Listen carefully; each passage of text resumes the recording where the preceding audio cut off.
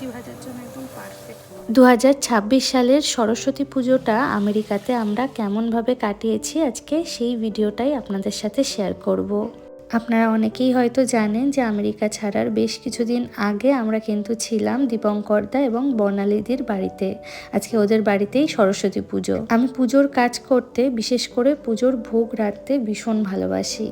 সকাল সকাল স্নান ধান সেরে পরিষ্কার জামা কাপড় পরে কিন্তু আমরা লেগে পড়েছি মা সরস্বতীর ভোগের আয়োজন করতে। আর এখানে দেখুন সকালবেলা ঘুমের থেকে উঠেই দীপঙ্করদা বাজার থেকে এই ফুলগুলো নিয়ে এসছে। কি ভালো লাগছে, এমন সাদা হলুদ ফুল না হলে সরস্বতী পুজোর সেই ভাইবসটাই কিন্তু পাওয়া যায় না।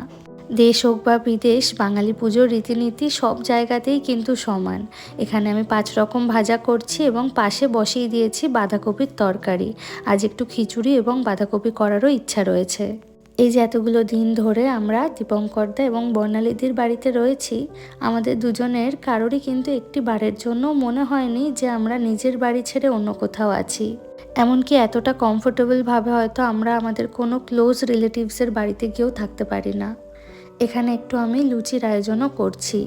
গত বছর মানে 2025 সালেও কিন্তু সরস্বতী পুজোটা আমাদের আমেরিকাতেই কেটেছিল।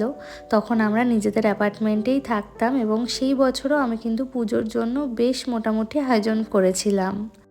তবে সেই সময় ছিলাম শুধু আমি আর অভিজিৎ, দুটি মানুষ। তবে এইবার কিন্তু সরস্বতী পুজোটা অনেকটাই আলাদা। আমরা 4 জন মিলে ভালোই কিন্তু হই হুল্লোড় করে সরস্বতী পুজোটা এবার কাটিয়েছি। ভোগ রান্নার দিকটা পুরোটাই আমি দেখেছি, আর ওদিকে বর্ণালীদি ঠাকুর ঘরের সমস্ত আয়োজনগুলো করেছে। চলুন এবার ভোগের থালাটা বেশ সুন্দর করে সাজিয়ে নেওয়া যাক।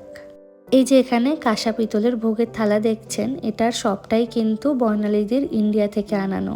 ভোগের থালাটা দেখতে কিন্তু বেশ ভালো লাগছে, খুব কালারফুল লাগছে। টুকটুক করে করতে গিয়ে বেশ অনেকটাই আয়োজন কিন্তু হয়ে গেছে। সব সময় তো হয় না, তবে বছরের এই